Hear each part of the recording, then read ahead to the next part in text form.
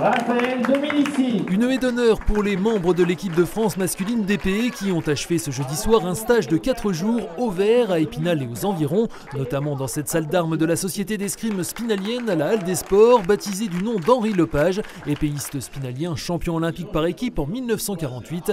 De grands escrimeurs, on en reverra ici, puisque la ville et la fédération ont renouvelé leur partenariat initié en 2021 pour 3 ans. Moi, je suis très content que le projet que je porte depuis de nombreuses années de promouvoir l'escrime est validé par la ville d'Épinal et qu'on a un nouveau soutien qui va durer jusqu'à 2028. Donc ça fait de belles perspectives et de belles choses à vivre encore. Il faut sortir régulièrement pour aller voir déjà d'autres choses, découvrir d'autres lieux et puis avoir des activités, ce qu'on appelle dérivatives. Arriver jusqu'au jeu de 2028, c'est long, c'est une véritable alchimie et ces préparations-là se font à travers des stages, à travers des sorties avec des rencontres d'autres tireurs.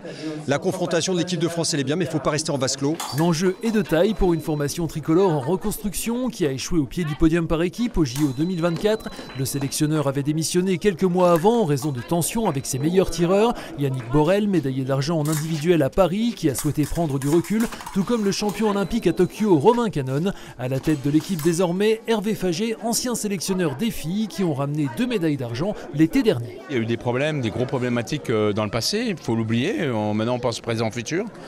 Effectivement, il y a une bonne ambiance dans ce groupe. Il y a un collectif qui est, je pense, en train de se construire.